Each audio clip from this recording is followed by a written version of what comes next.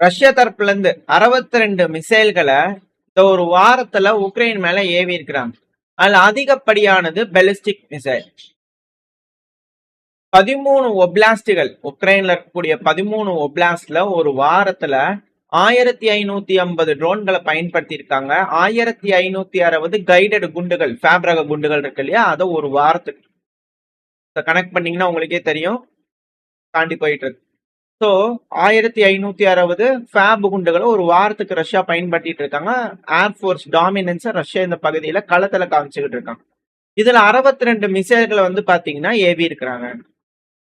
Partners, எந்த அளவுக்கு சேதங்கள் ஏற்பட்டிருக்கு பாருங்க அப்படிங்கிற ஒரு பவர் பாயிண்ட் பிரசன்டேஷனோட ஒரு வீடியோ பதிவோட ஜெலன்ஸ்கி அவர்கள் ஆதரவு கொடுங்க, உதவிகள் செய்யுங்க அப்படிங்கிற வீடியோ பதிவுகள் போட்டிருக்காங்க. அது கூட வந்து பாத்தீங்கன்னா இந்த 15, 16 இந்த டைம்ல நடக்கக்கூடிய தாக்குதல் ஒடசால ஹெவியா இருந்தது. ஒடசால 3 ட்ரை கார்கோ ஷிப் மேல வந்து பாத்தீங்கன்னா டார்கெட் பண்ணிக்கிறாங்க. அதுல 2 டேங்கர் ரக கப்பல்கள் மேல தாக்குதல் பண்ணிக்கிறாங்க. ஃபியூயல் டேங்கர் இந்த போர்ட் ஆஃப் ஒடசால வந்து பாத்தீங்கன்னா டாகா இருந்திருக்கு. ஸோ அந்த பகுதியில் வந்து பாத்தீங்கன்னா அட்டாக் பண்ணியிருக்கிறாங்க. ரஷ்யாவோட டிஃபென்ஸ் மினிஸ்ட்ரி தரப்புன்னு செய்திகள் வந்து. ஸோ இந்த ஒரு பகுதியில மட்டும் இல்ல, ரஷ்யாவோட ட்ரோன்கள் ஒரு ப்ரொடக்ஷன் ஃபெசிலிட்டி இருந்திருக்கு ஒடசா பகுதியில. அதை தெரிஞ்சுக்கிட்டு அதோட காம்போனன்ட்ஸ், அதோட ஸ்டோரேஜ் எல்லாம் வச்சிருப்பாங்க இல்லையா, ஸோ அந்த பகுதிகள் மேல ஒரு அட்டாக் பண்ணி இருந்திருக்கிறாங்க. அதாவது அன்மேன்டு போட், இந்த மிதக்கக்கூடிய ட்ரோன்கள் இருக்கு இல்லையா, இந்த ரஷ்யாவோட கோஸ்டல் ஏரியாஸ்ல போய் அட்டாக் பண்ணுது இல்லையா, ஸோ அதை ஸ்டோர் பண்ணி வச்சிருக்கக்கூடிய, ப்ரொடக்ஷன் பண்ணக்கூடிய ஒரு சைட்டு ஒடசால இருந்து தென்மேற்குல ஒரு 40 கிலோமீட்டர் தொலைவுல பெல்க்ரோட் ட்ரோனோஸ்கி அப்படின்னு ஒரு பகுதி இருக்கு. ஸோ அந்த பகுதியில ஒரு அட்டாக் பண்ணிக்கிறாங்க ரஷ்யா ஒரு ஃபெசிலிட்டி மேல. ஸோ அந்த அது வந்து ப்ரொடக்ஷன் ஃபெசிலிட்டி, அதுல வார்ஹெட் இருந்தது, பயங்கரமான வெடி விபத்து ஏற்பட்டிருக்கு, எலிமினேட் பண்ணிட்டோம். ஸோ இதனால மிதக்கக்கூடிய ட்ரோன்களை யூஸ் பண்றதுக்கு உக்ரைன் கொஞ்சம் சிரமமா இருக்கும். ஏன்னா ஒரு இடத்துல மட்டும் ப்ரொடக்ஷன் யூனிட் இருக்காது, பல பகுதிகளில் இருக்கும். ஸோ அதில் ஒன்னு ஐடென்டிஃபை பண்ணி எலிமினேட் பண்ணியிருக்காங்க.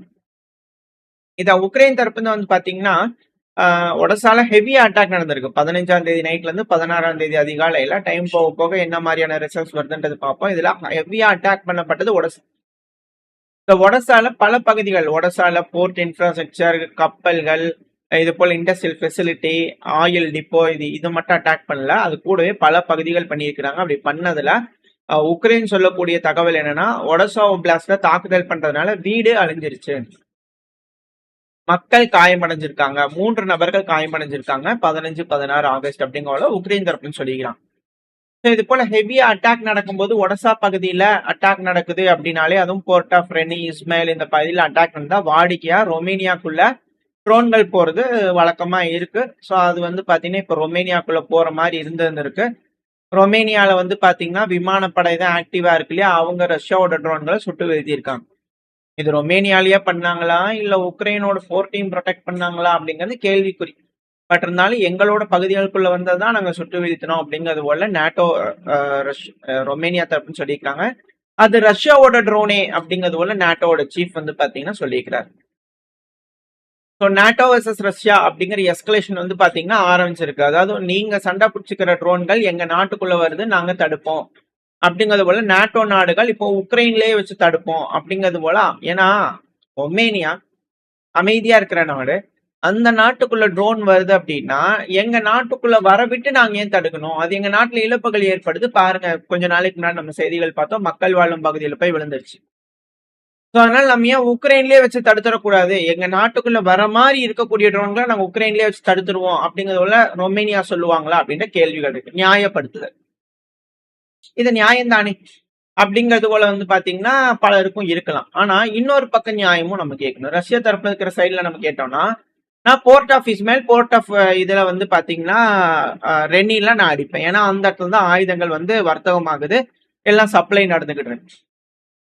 இப்ப அந்த இடத்துல வந்து பாத்தீங்கன்னா நீங்க ப்ரொடெக்ட் பண்ணேன்னு சொல்லிட்டு அங்க வர ட்ரோன்கள் எல்லாத்தையும் நீங்க டவுன் பண்ணீங்கன்னா, அப்ப உக்ரைனுக்குள்ள வரக்கூடிய விமானங்களை நான் டவுன் பண்ணுவேன் தானே அப்படிங்கிறது போல நியாயம் ரஷ்ய தரப்புல இருந்து வந்து பாத்தீங்கன்னா சொல்லுவாங்க. ஸோ இது இரு தரப்புலயும் வந்து பாத்தீங்கன்னா இது ஒரு மாதிரி ஒரு கான்ஃபிளிக்ட்ல இருக்கும்போது கண்டிப்பா இது எஸ்கலேட் ஆகுமா ஆகாதா அப்படிங்கிறது போல வந்து பாத்தீங்கன்னா அனலிஸ்டோட கருத்துக்களா இருக்கு. ஸோ இதுதான் இங்க நடக்கக்கூடிய சிக்கல். இது போலதான் நடக்குது. இங்க ரொமேனியா, அப்புறம் மேல போலாந்து, அப்புறம் லாத்வியா, இவங்க எல்லாரும் வந்து பாத்தீங்கன்னா நாங்க தடுப்போம், நாங்க பண்ணுவோம் அப்படிங்கிறது போல வந்து பாத்தீங்கன்னா செஞ்சு இதை எஸ்கலேட் பண்ணுவாங்களா. அப்புறம் ஹங்கேரி, ஸ்லோவாக்கியா, ஸோ இது போல லைனா வந்து பாத்தீங்கன்னா ஒரு ஒரு நாடுகளா வந்து ப்ரொடெக்ட் பண்றாங்கன்னா உக்ரைனோட மேற்க வந்து பாத்தீங்கன்னா அவங்களோட வான் பாதுகாப்புக்குள்ள கொண்டு வந்துருவாங்க. ஸோ இது அது மட்டும்தானா அப்படின்னு கேட்டீங்கன்னா கொஞ்சம் கொஞ்சமா மெல்ல மெல்லமா நகர்ந்தாங்க அப்படின்னா உக்ரைன்ல தாக்குதல் பண்றதுக்கே விட மாட்டாங்க. ஸோ ரஷ்யா வந்து பாத்தீங்கன்னா இப்ப அதிகமா தாக்குதல் பண்ணிருக்காங்க. ஏர் டிஃபென்ஸ் சிஸ்டம் இப்போ உக்ரைனுக்கு இல்ல. அதனாலதான் உக்ரைன் வந்து பாத்தீங்கன்னா பார்ட்னர்ஸ் உதவுங்கள் அப்படிங்கிற கதறிட்டு இருக்காங்க. இப்ப இது போல தாக்குதல் நடக்குதுன்னா இது ஒத்துக்குவாங்களா? இப்ப நேட்டோ நாடுகளோட டைரக்டா யுத்தம் அப்படிங்கிறது போல வந்துடும்.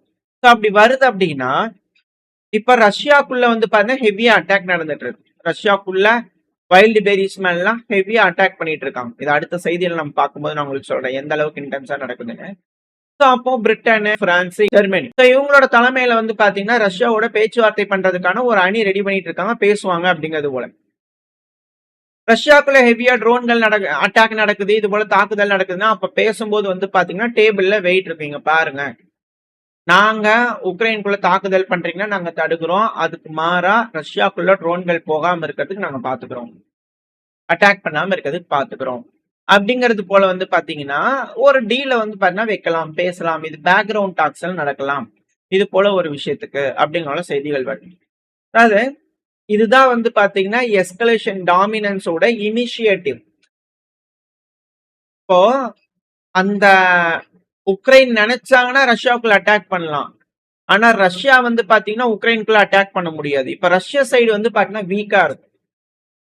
இது போல பேச்சுவார்த்தையில வந்து பண்ணுது. நான் சும்மா அனலிஸ்ட் பேசல, எனக்கு புரிஞ்சுட்டா நான் உங்ககிட்ட சொல்லிட்டு இருக்கேன், இப்படித்தான் பேசுவாங்க அப்படிங்கிற அர்த்தம் கிடையாது. பட் இது போல கான்வர்சேஷன்ஸ் நடக்குது அப்படின்னா அதை எப்படி ரஷ்யானால ஒத்துக்க முடியும்? இப்போ சி ஆஃப் அசோவ்ல வந்து அட்டாக் பண்ண மாட்டேன் அப்படிங்கிற அமெரிக்கா சொல்லியிருந்தாங்க, ரஷ்யாவும் அட்டாக் பண்ணாம இருந்தாங்க. இப்ப திடுதுப்புன்னு உக்ரைன் வந்து பண்ண சட்டன் அடிச்சுட்டாங்க இல்லையா, அங்க 22 கப்பல்கள் போச்சு இல்லையா. அதனாலதானே இப்போ கருங்கடல்ல அடிக்கிறாங்க. அட்டாக் நடந்தது, அந்த இனிஷியேட்டிவ் அப்படிங்கிறது வந்து பார்த்தா உக்ரைன் கிட்ட தான் இருக்கும். எஸ்கலேஷன் டாமினன்ஸோட இனிஷியேட்டிவ் அப்படிங்கிறது உக்ரைன் கிட்ட இருந்துகிட்டே இருக்கும், ரஷ்யா கிட்ட வந்து பாத்தீங்கன்னா இருக்காது. ஆனா ரஷ்யா அதுக்கு பதிலடி கொடுக்கணும்னு நினைச்சு ஏதாவது பண்றாங்கன்னா இவங்க வந்து தடுப்பாங்க. அதான் நாம டீல் போட்டிருக்கோம்ல அப்படிங்கறதோட வந்து பாத்தீங்கன்னா செய்வாங்க. அதுக்கப்புறம் திருப்பி பேசிக்கலாம் அப்படிங்கறதோட வந்து பாத்தீங்கன்னா பண்ணிக்கலாம், இப்ப என்ன பண்ணும் சொல்லுங்க அப்படிங்கறத பேசினாங்க அப்படின்னா அது பேச்சுவார்த்தை நடக்கும்போது உங்களுக்கே தெரியும் கண்டிப்பா காண்டாகும், நடக்கிறது தானே. இது போல விஷயங்கள் இருக்கும்போது கண்டிப்பா இது எஸ்கலேஷன் நோக்கி போகுமா அப்படின்ற கேள்விகள் வரும். தலைவர்கள் எப்படி பேசிக்குவாங்க என்ன பண்ணிக்குவாங்க அப்படிங்கிறது தெரியல. பட் இது போல விஷயங்கள் நடக்கலாம் அப்படிங்கிற சொல்றாங்க. சோ வெயிட் பண்ணி பார்ப்போம். இப்படித்தான் அடுத்தடுத்த கட்டத்துக்கு வந்து பாத்தீங்கன்னா இது எஸ்கலேஷன் நோக்கி போயிட்டு இருக்கு. இப்ப இதுல 2 ஆப்ஷன், ஒன்னும் ரஷ்யா ஒத்துக்கலாம், அப்படி இல்ல அப்படின்னா ரஷ்யா ஒத்துக்காம இருக்கலாம். அப்படி ஒத்துக்கல அப்படின்னா என்ன ஆகும்? ரஷ்யாக்குள்ளேயும் தொடர் தாக்குதல் நடக்கும், ஹெவியா அட்டாக் நடந்துகிட்டு இருக்கும், உக்ரைனுக்குள்ளேயும் ஹெவியா அட்டாக் நடந்துட்டு இருக்கும், இழப்புகள் ஏற்பட்டுகிட்டு இருக்கும். இழப்புகள் ஏற்பட உக்ரைனோட மக்கள் கொந்தளிக்கணுமா இல்லையா, உக்ரைன் அதே போல ரஷ்யாவோட மக்கள் கொந்தளிக்கணுமா இல்லையா. எந்த நாட்டோட மக்களோட அழுத்தங்கள் ஆளுகின்ற அரசாங்கத்துக்கு அதிகமா இருக்கோ அவங்க தோல்வியை நோக்கி போவாங்க. ஏன்னா ஒத்துக்கிறதுக்கான ரஷ்யா இப்போ ரஷ்யா மக்கள் வந்து ப்ரொடெஸ்ட் பண்ண ஆரம்பிச்சிட்டாங்க, வைல்டு பெரிஸ் மேல வைல்டு அடிச்சிருக்காங்க. இப்ப கூட வந்து பாத்தீங்கன்னா மாஸ்கோக்குள்ள இருக்கக்கூடிய மிக பெரும் ஒரு வைல்டு பெரி மேல வந்து பாத்தீங்கன்னா அட்டாக் பண்ணியிருந்துக்கிறாங்க. பொடோலஸ்க் அப்படிங்கிற ஒரு பகுதி, மாஸ்கோ பிளாஸ் இருக்கக்கூடிய ஒரு பகுதியில இருக்கக்கூடிய வைல்டு பெரி மேல அட்டாக் பண்ணிக்கிறாங்க 15-16. இப்ப வரைக்கும் வந்து பாத்தீங்கன்னா 10 வைல்டு பெரி வேர் ஹவுசஸ்ல 7 வைல்டு பெரி வேர் ஹவுசஸ் டிசேபிள் பண்ணிட்டேங்கிறாங்க, அதாவது அழிச்சுட்டாங்க. ரீட்டைலர், ஆன்லைன் ரீட்டைலர் வைல்டு பெரி கடைகள் மேல அடிக்கும் போது மக்கள், அதாவது சிறு குறு வணிகம் வியாபாரம் செய்யக்கூடிய மக்கள், ரஷ்ய மக்கள் வந்து பண்ணா அதிகமா டைரக்டா பாதிப்படைகிறாங்க. இப்போ நம்ம ஒரு பொருள் வச்சிருக்கோம், அந்த பொருளை வந்து அமேசான்ல விற்கிறதுக்கு கொடுத்து வச்சிருக்கோம், அவங்க வேர் ஹவுஸ் வச்சிருக்காங்க, அந்த இடத்துல அடிச்சுட்டாங்க. இப்ப அந்த பொருள் நம்மளுக்கு போச்சு. இப்ப வாங்கக்கூடிய நபர் அந்த பொருளுக்கு காசு கொடுத்து வாங்கியிருப்பாங்க, டெலிவரி பண்ண வேண்டிய சூழ்நிலையில இருக்கும்போது அந்த ஆளோட காசும் போச்சு. இப்ப இவங்க கிட்ட கேட்டா இது எரிஞ்சே போச்சு அப்படிங்கிறது போல இவங்க சொல்லுவாங்க. அப்ப யார் இதுக்கு பொறுப்பேற்றுக்குவாங்க? அரசாங்கம், ரஷ்யா தான் பண்ணணும். இது போல ஒரு நபர்களுக்கு வந்து பாத்தீங்கன்னா எவ்வளவு இழப்பு அப்படிங்கறது நீங்க கணக்கெடுத்து பார்க்கும்போது பேரிழப்புகளா இருக்கும். ரஷ்யா அரசாங்கத்தினால ரெடி பண்ண முடியாது, எக்கனாமிக்கலி அழுத்தங்கள் கொடுக்கறதுக்கா. இதே போல ரஷ்யா உக்ரைனுக்குள்ளேயே அழுத்தங்கள் கொடுத்துட்டு இருக்காங்க. இது உக்ரைன் ரஷ்யா மேல அட்டாக் பண்றதை சொல்றேன். ரஷ்யா உக்ரைனுக்குள்ள அட்டாக் பண்றாங்க. உணவுப் பொருட்கள் பற்றாக்குறை அப்படிங்கிறத பாக்குறோம். சோ இப்போ மக்கள் வந்து ஒரு கட்டத்துல என்ன பண்ணுவாங்க, ப்ரொடெஸ்ட் பண்ண ஆரம்பிப்பாங்க. இப்போ உக்ரைன்ல அது நடக்க ஆரம்பிச்சிருச்சு. இப்ப ரஷ்யாக்குள்ள இருக்கக்கூடிய மக்கள் ப்ரொடெஸ்ட் பண்ணாங்க அப்படின்னா ரஷ்யா வேற வழி இல்லாம பேச்சுவார்த்தைக்கு போகக்கூடிய சூழ்நிலைக்கு தள்ளப்படும். ஆனா ரஷ்யால இப்ப வரைக்கும் அது போல எதுவும் நடக்கல. ஆனா உக்ரைன்ல ஆரம்பிச்சிருச்சு.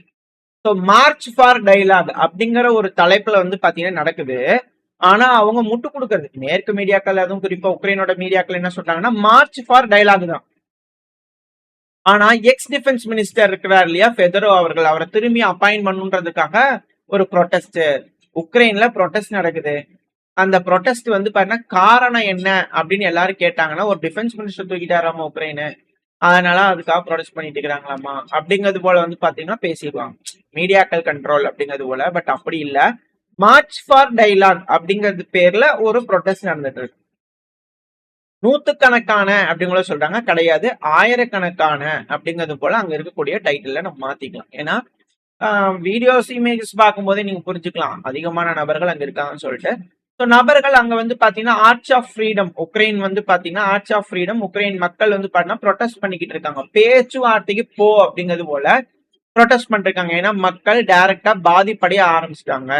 எப்போ உக்ரைன் ரஷ்யாவோட வைல்டு பெரி வேர் ஹவுஸ், ரஷ்யாவோட ரிஃபைனரிகள் அடிக்கும் போது மக்கள் பாதிப்படைகிறாங்களோ, ரஷ்யாவும் உக்ரைன் மக்கள் பாதிப்படைகிற மாதிரி இருக்கக்கூடிய தாக்குதலை செய்ய ஆரம்பிச்சிட்டாங்க. உக்ரைன் ஆரம்பிச்சதுக்கு அப்புறம் ரஷ்யா பண்ணிருக்காங்க. இதெல்லாம் முதல் வருஷமே பண்ணியிருந்தாங்கன்னா எப்பவோ முடிஞ்சிருக்க வேண்டியது. ஆனா இப்ப வந்து பாத்தீங்கன்னா உக்ரைன் பண்ண ஆரம்பிச்சதுக்கு அப்புறம் ரஷ்யா பண்ணதுனால இப்போ உக்ரைன் மக்கள் அதிகமா பாதிப்படைய ஆரம்பிச்சிட்டாங்க. அதனால உக்ரைனோட மக்கள் இப்ப ப்ரொடெஸ்ட் பண்ண ஆரம்பிச்சிருக்காங்க. இது அழுத்தங்கள். எந்த அளவுக்கு இந்த அழுத்தம் வந்து பாத்தீங்கன்னா கொடுக்க போறாங்க அப்படிங்கறது வந்து பாத்தீங்கன்னா வெயிட் பண்ணி தான் பார்க்கணும். இதை பொறுத்து வரக்கூடிய எஸ்கலேஷன் அடுத்த கட்ட நகர்வுகள் இருக்கு. இப்ப இது தாக்குதலை மட்டும் பேஸ் பண்ணி இருக்கக்கூடிய விஷயம். அடுத்தது எஸ்கலேஷன், நேட்டோட அடுத்த எஸ்கலேஷன் அப்படிங்கிறது உக்ரைன் வந்து பிரிட்டனோட ட்ரோன்கள், அதுவும் BAE சிஸ்டம்ஸ் யூஸ் பண்ணக்கூடிய அந்த கம்பெனி இருப்பாங்க இல்லையா, அவங்க செய்யக்கூடிய ட்ரோன்களை வந்து பாத்தீங்கன்னா லாங் ரேஞ்ச் ரஷ்யாக்குள்ள தொலை தூரத்துல போய் தாக்குதல் பண்றதுக்கான ட்ரோன்களை 6 மாசமா பயன்படுத்திக்கிட்டு தாங்க இருக்கும். பிரிட்டன்ல இருந்து கொடுக்கக்கூடிய ட்ரோன்கள் தாங்க ரஷ்யாவோட டெரிட்டரிக்குள்ளேயே 6 மாசமா அட்டாக் பண்ண பயன்படுத்திக்கிட்டு தான் இருக்கும்.